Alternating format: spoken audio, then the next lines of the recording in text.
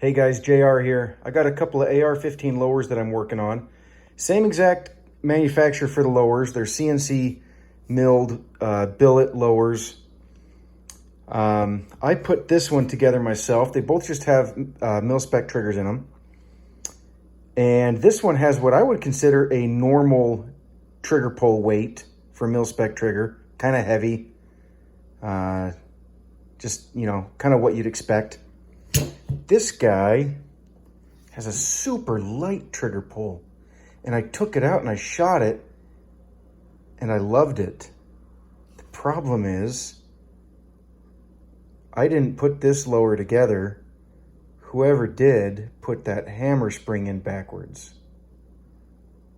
See how if that hammer goes back, it's actually going to be opening up those coils of spring. Whereas if it's installed properly, when you pull that trigger back, it should be closing or tightening those coils of spring. This is the correct way to have it installed. This way is the incorrect way, and it leads to a very light hammer. The funny thing is, I took this one out first and I went shooting with it. I put probably a couple hundred rounds through it, and I was like, man, that trigger is phenomenal. For a mil-spec trigger, it's fantastic. And then I realized that it was installed completely backwards.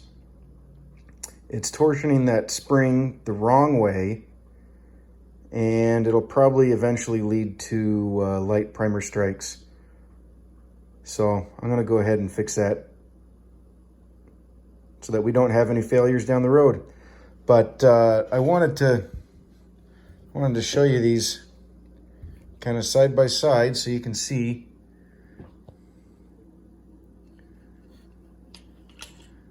the one on the left is installed backwards. The one on the right is the correct way to have it installed.